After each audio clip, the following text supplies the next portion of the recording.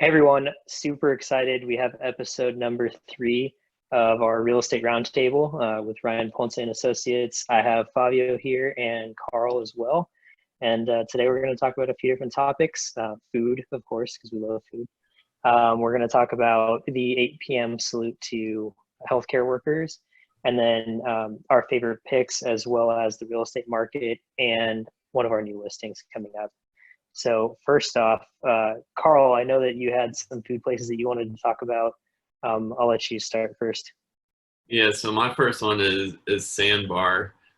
They just reopened. They have awesome fish tacos. They won so many awards. My favorite is the TKO grilled fish taco. I don't know if you had them before. I know you're not a fish guy though, actually. No, I remember we Yeah, tried that one super good. time. Yeah, they're awesome. But they have really good deals for Taco Tuesday too. This is from their Instagram.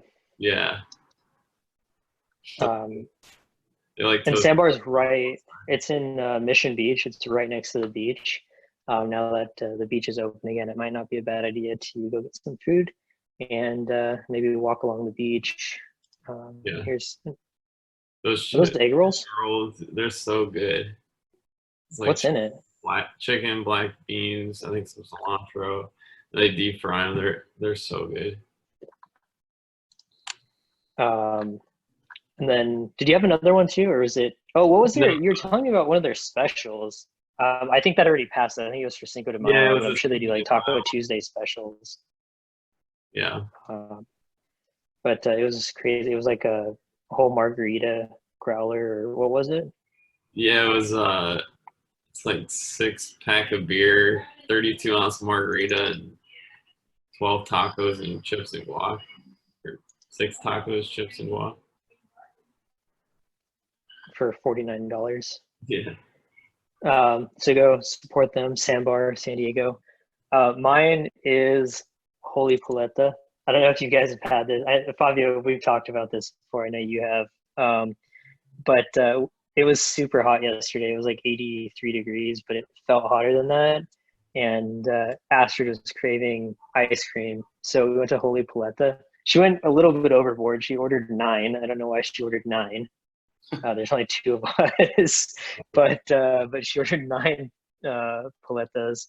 Um, and basically they have regular ones, which is like the one that I got was watermelon flavored, and the one that Astrid got was mango and strawberry flavored.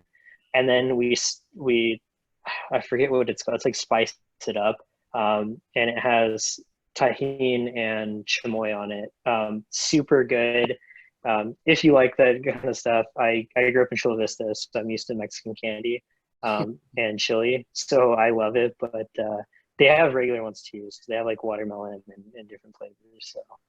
So, Fabio, I know you've had it. I've What do had the you? one in Chula Vista. I was kind of bummed because the one here in Little Italy, it's super close to me. It's walking distance, and I haven't had a chance to go because everything that's happened. I didn't know they were open right now, by the way, so might make Yeah, a pit stop one of our walks. yeah, you can order. You can order ahead too. They'll have your order ready and everything. Yeah, So I that's what mean, Astrid did. they have a pretty good selection for everybody's. You can have something sweet, sour, spicy. So it's a really It's good so place. good. Yeah, I think they have 3 locations downtown or in San Diego now. I know they have 2. They have one in I know Vita, for sure right? too. The one in Chula Vista, which I've been to, and the one in Little Italy. The one in Little Italy is in a really cool location too, because you can go out for lunch or dinner, and then pick this up Mhm. as dessert as you walk around. I know there's one in Escondido Uh, because I saw Ivan post about it one time. So go check that out. Holy Paleta is the name, and it's really good. Next thing we're going to talk about is the 8 p.m. salute to healthcare workers that's been going on every night. If you live downtown, you definitely know what I'm talking about. If you don't, some neighborhoods are doing it, some neighborhoods aren't. And it's becoming a little bit controversial. In the beginning, I really liked it, and like on Saturday, for example, they had a DJ at one of the buildings. They had an opera singer at like 7:45. basically everyone gets out. They turn on their like on and off their lights. They have colored lights. People are cheering. I have a clip of that just to give you an idea.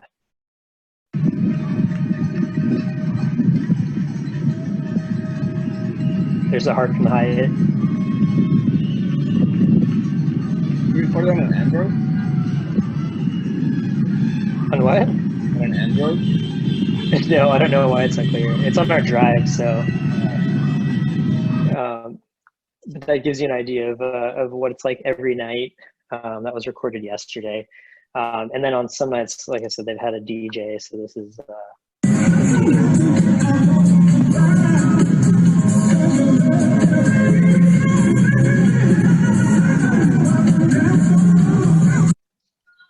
So typically it goes on for 5 to 10 minutes. The DJ that was playing went on for about 15 minutes.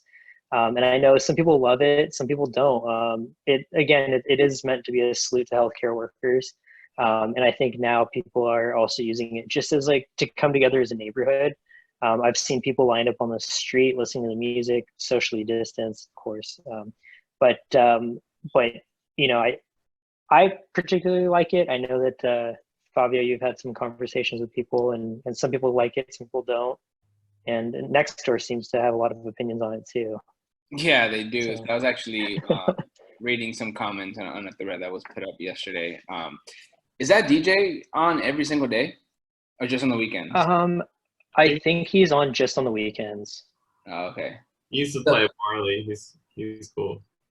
What? And by the way, everyone in the building, well, not everyone in the building, but there were quite a few people on their balcony dancing and cheering. He was playing music that it wasn't like super young. It was just kind of upbeat music. And so I was surprised to see how many people had their windows open and were on their balconies dancing. Mm-hmm. Yeah, I think it's a pretty cool thing too. But just going back to what you said about people having different opinions, I was on the app Nextdoor, and I saw people just commenting on both sides of the 8 p.m. shout out, right? It started as a salute to the frontline workers and saying thank you to them. And I think progressively it's gotten louder and louder. Different people participate, such as the DJ. And then in the Columbia district this past Tuesday, there must have been at least, I wish I would count them, at least 50 muscle cars that showed up for the 8 o'clock shout out, and you can hear their engine. It was pretty loud. Some of them were revving their engines, because I mean, that's what car clubs do to show off their cars. I thought it was super cool. I thought it was a nice gesture on their part, but it looks like a lot of our neighbors weren't fans of it, and understandably so, right? Some people saw them racing down the street, which I didn't see, and it sucks that their nice gestures being ruined by a couple of show-offs that decided not to follow the rules. Because when I saw them show up, they came up north on Pacific Highway. They made a right up on Broadway to get to Kettner, and they all stopped at the light. I mean, it's hard to organize that many cars, and they all were nicely organized, followed directions, had their blinkers, being respectful. Nobody was being extremely loud. I don't know if you get to see the fire trucks parade at 8 o'clock from your house. I have seen them. So they go down India, down Broadway to Pacific Highway. And that day, those cars followed the fire trucks, which I thought was super cool. But I guess some people stayed after that and were racing down Pacific Highway, which, that's people. Yeah, that's what made people upset. And now there's a whole debate as to, hey, why do we continue to do this? Right. Some people believe the nurses or the frontline people don't even, either know about it or even think it's a nice gesture. I personally have a cousin that works in the ER, and I send her my videos every day. She thinks they're really cool. She likes them. Her coworkers like them, but none of them live in downtown. I have a couple clients who are doctors, and they do live in downtown, so they get to see it every day. And their opinion on it is, at first it was a really nice gesture, and they really liked it, but it's beginning to get old, right? Especially when some people tend to take it a little overboard. So I get both sides. So what I decided to do, since I do want to participate, I'm no longer screaming or whistling or making noise. I'm simply putting on my disco lights and participating that way, just to be respectful for those people that do want some peace and quiet. Yeah, no, I do. I definitely get both sides. And it sounds like things are, well, I know we didn't have the Mustangs over here. It's been a little bit more controlled on this side. I think over here is in mainly Italy and Columbia District were the ones that dealt with all that noise. And I know there's a petition going out there now to try to stop it. Hopefully they don't stop it completely, because I think, like you said, it's a good bonding opportunity for some of us. But I do understand. Can they stop it? With the petition, the petition goes to city officials, and the city officials do put a notice out like, hey, we can no longer do X, Y, Z. I mean, some people are going to stop doing it overall. I don't think they can control that, though, because it's people on their balconies cheering. I agree. So it's not. I agree. I mean, they can control some stuff, but not everything. So. I think if they get the whole racing and the revving of engines under control, I think some people will be happy with just that. Yeah. So from there, I'm going to go directly into a new listing that we have, Renaissance 1606. Reason I say that is because I was there during the 8 o'clock salute, and the energy in the neighborhood was definitely on a different level than I've seen it before. So I want to talk about that a little bit. Let me share my screen. So this residence faces west. It's on the southwest corner of Renaissance. And you can see the heart of the Hyatt there. But the floor plan is just a really good layout. This might be hard to see, but it's 2 bedrooms with a half bathroom by the entry. Both bedrooms have ensuite bathrooms and walk-in closets, and they're on opposite sides of the condo. And it just has really, really nice views. I think, Fabio, have you seen this one in person? I have, actually. Yeah, I mean, the views are really nice. The kitchen, living, dining, from every room, actually. The master bedroom has views out towards the Coronado Bridge and a lot of the city. The second bedroom has views out west towards the bay. And then living, dining, you get really nice bay views. Mm-hmm. So I'll go to... So here's some photos. It's just under 1,300 square feet, and the price is $925. Considering the views, I think it's priced pretty well. And it's just a really good layout. Difference when you open the windows in the living space. Nice breeze. I'll show them right now. So these windows are the lanai windows. They actually slide back behind this column. So this is an open window right now, and this is an open window. Really creates an indoor-outdoor living area. You could close them halfway or have them open halfway. I love those. Yeah. I mean, they create so much like fresh air. It's just a nice feel. The breeze is awesome. The breeze, and then on top of that, like if it gets too windy, you can close one and have the other open, and it cuts down the breeze a lot. So, but the views are great. So that's priced at $925. We just listed that a couple days ago, and if you look at the stats online, I mean, this is an average listing, and we're getting quite a bit more activity as far as views go. So hopefully, I'll find a great buyer. The next one I'm going to go into is the market update, and so we'll talk about San Diego County first, just as a general overview, and then I'll talk a little bit about downtown, and then if there's any neighborhood that you want us to cover specifically, you could reach out to one of us, and we'd be happy to get that information over to you. So sales are down, as to be expected. Right. So a typical year, January, February, March, April, you can see the trend goes up, and this is every year, like January, February, March, April, May, January, and so on. And this is our year. So where we should be up here for April, we are now down to 2,158 sales in the last month in San Diego County. That's down about 31% compared to last year. It's to be expected. I mean, we had the stay-at-home orders. We weren't really allowed to show property for at least 2 weeks. Then we were, real estate was deemed essential, but showings are still limited. They are opening up a little bit more now. We're coming up with protocol in order to show property. 3D tours are becoming more prominent, but overall sales are down. I mean, I think we're all seeing this across the board.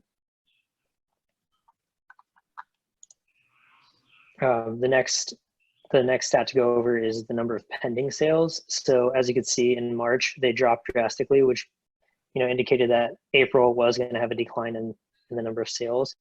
And then in April, they declined even more. So we had 1,963 properties going to escrow last month.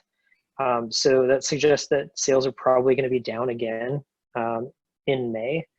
But one thing that I will talk about is I feel like there's just a lot more energy in the market now. Things are kind of speeding up. Definitely have been having a lot more inquiries lately. What do you guys think? I agree. I mean, I personally, my phone's been ringing a lot more than it did the last couple of weeks. Started towards the end of April and definitely picking up as we go. And I think it's just people becoming more accustomed to what's going on, things becoming more normalized, and just more concrete information being out there. But, just based on these numbers, I think it's very, very important for people to really think about the area they want to be in and see what the actual situation is there, because it does vary. Yeah. Right. Yeah, it's totally different. I mean, Claremont particularly, its inventory went up to a month's supply, and it's usually like half month supply. I mean, which is insanely low. Yeah, it's crazy, first of all. But the market time was still, 18 days. There's 38 active listings and 25 is sold. So, it's still moving.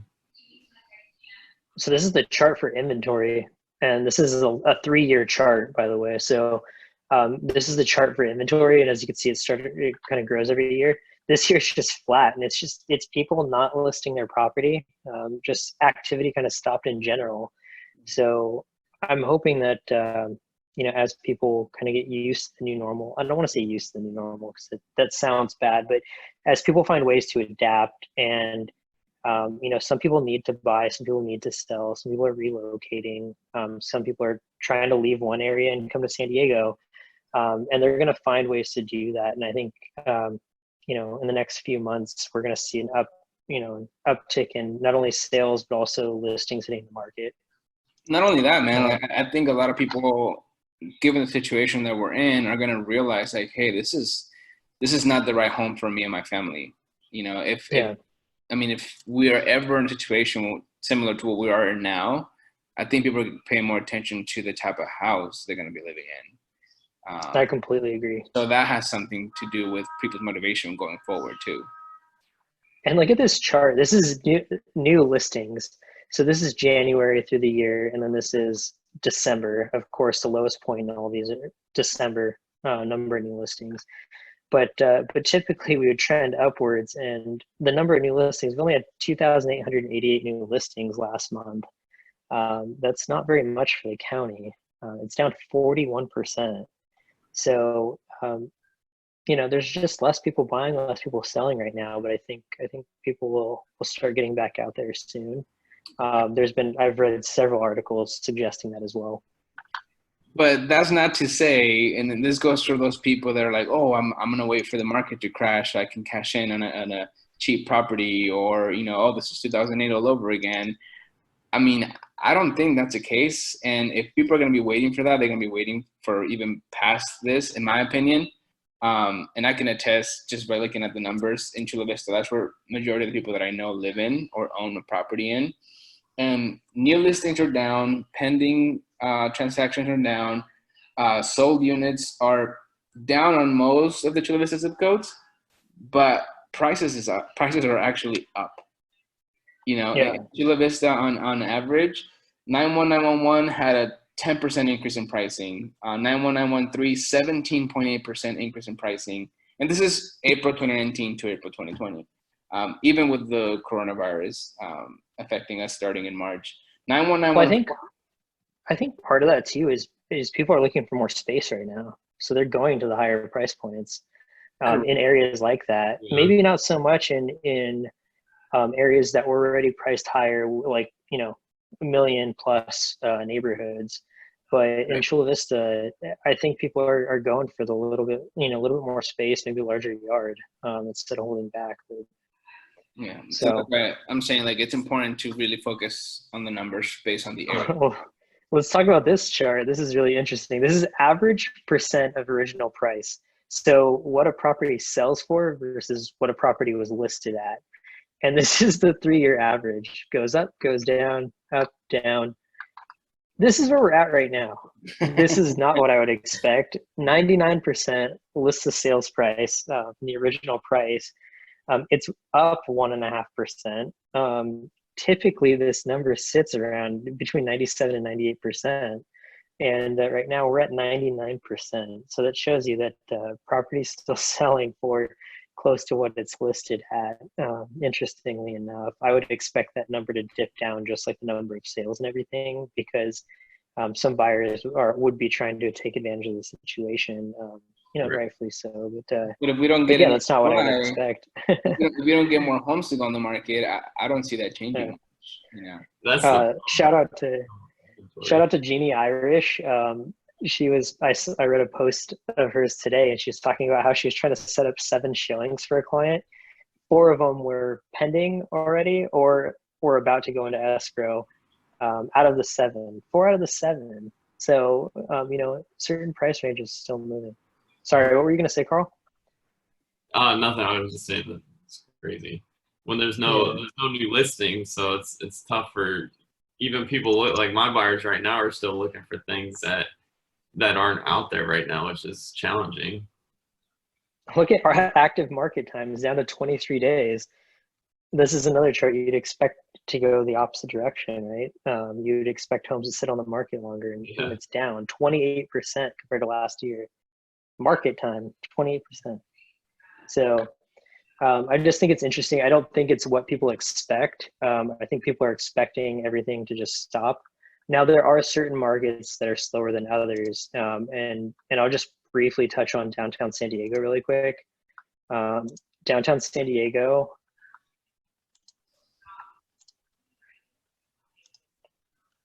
obviously it's down a lot, just like the county. As number of pending sales is down 47.5.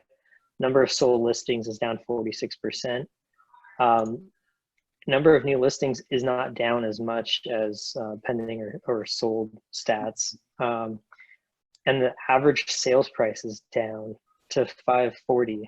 And it was up, the last 6 months, it was up pretty drastically, and then it dropped. And I don't think that, I'm not saying that that's a reduction in price, right? It's just the average property selling. And I think what's happening is the luxury market is struggling a little bit downtown area. And the numbers suggest that there was definitely a slowdown, but I feel like those buyers are picking back up again. I have that listing at the Renaissance, 1606. That one's definitely getting a lot of attention. And then Cityfront Terrace 1021, the one that I shared the 3D tour of last week, that one has had a few showings just in the last week. So I feel like things will start picking up too in the luxury market. And by the way, if you want to see downtown stats, if you go to downtownhousingupdate.com, downtown housing update, you can see all of the most recent market stats.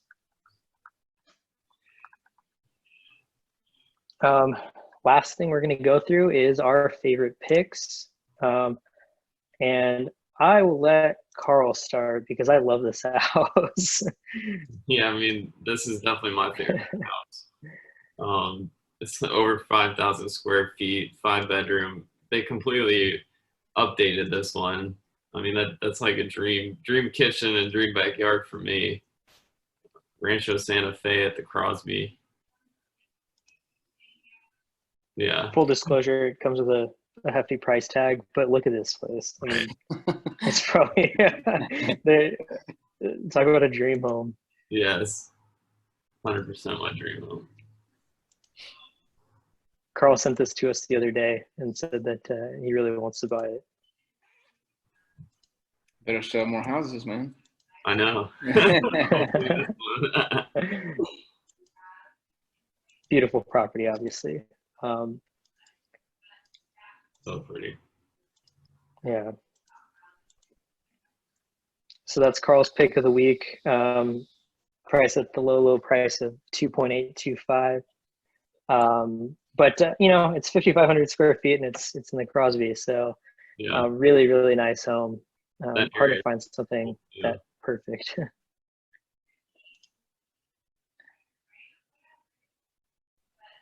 That one's mine, right? Yep. Yes. So this is Fabio's. So I like this one just because I think it's a pretty unique opportunity for people to get a 3-bedroom in a good neighborhood, in a good building with probably one of the best values for HOA. This is a 3-bedroom, 2-bath, 1,366 square foot condo on the 11th floor, west facing, so you do get some nice water views. The sunsets have been super cool lately. But right now there's no other 3-bedroom in that neighborhood listed for under 1.5. Last exact same model to sell actually sold back in 2016 for $990, given it was on the 24th floor. But you know, for the amount of space that you get, having that 3rd bedroom, I think this is a really good find. Closest comp even to sell to this sold last year in April over at Electra for I believe $845, but that one only had 1 parking. This one actually has 2 parkings. Which is also a big plus when living in downtown. Yeah. And you're just like 2 blocks from Little Italy. It's a great location. The location, that's what I'm saying. So in terms of the amount of bedrooms, the price, and the location, it's really hard to come by for something like this. You know, there's not many 3 bedrooms in downtown San Diego that would be close to that price point. And you get 2 balconies too. I like it. Yeah. Last one we'll talk about is. I just want to say that this is the second week you surprised me with your pick of the week. Like I didn't know you sold real estate under $1 million. I showed this property the other day. I think it's though. I kid you not, this was gonna be my pick, but then I was like, I think I like 1102 better. But I'm surprised you picked this one. To be honest, I think it's really it's good. It's a good value. It is. It really is. It's 1 bedroom, 1 bathroom, and it's a spacious 1 bedroom in the Mark. I like the exposed concrete that the building has. I also like the amenities. There's a pool, there's a spa, you know, front desk, lobby attendant, fitness facility. Just the building is really well maintained. I think for the price and for the HOAs are $741 a month, but just the scale of the building, I think, is worth the HOA fees. And it's one of my favorite buildings in East Village. But the condo itself, it's on the 5th floor. It has nice city views. The condo is nice. Like the flooring is newer. It's all, you know, it seems like it's in relatively good condition. I showed it in person the other day. The layout is really good. And kitchen's good size for a 1 bedroom. There's also a lot of storage. That bump out right there, this is probably one of my favorite floor plans at the Mark. If you go back to the picture, the previous picture. Yeah, the dining area. On the window makes a big difference. It does. Yeah. Light too. Yeah. So I really like it. It has great city views, and for the price, it's $475. I mean, 1 bedroom's in the Mark. Typically, you're going to spend over $500,000. And so I just think it's a really good value. Mm-hmm. Built-in closets. I like it. I think it's a great price. George Castellon's the listing agent. He's with Compass as well. I was talking to him about it, and we're just both surprised it hasn't sold yet. So I think it's one of the better values in downtown, especially if you're looking for a 1 bedroom. I agree. Nice. All right. Is there anything you guys want to add before we end the video? No, I think you're good. No? Yep. All right. Well, sounds good. I hope you guys enjoyed the video and found it useful. If there's any topics you'd like us to cover, feel free to reach out to us at our information below. or just reach out to whoever you know in the video. All right. Thank you. Man, All right. Bye.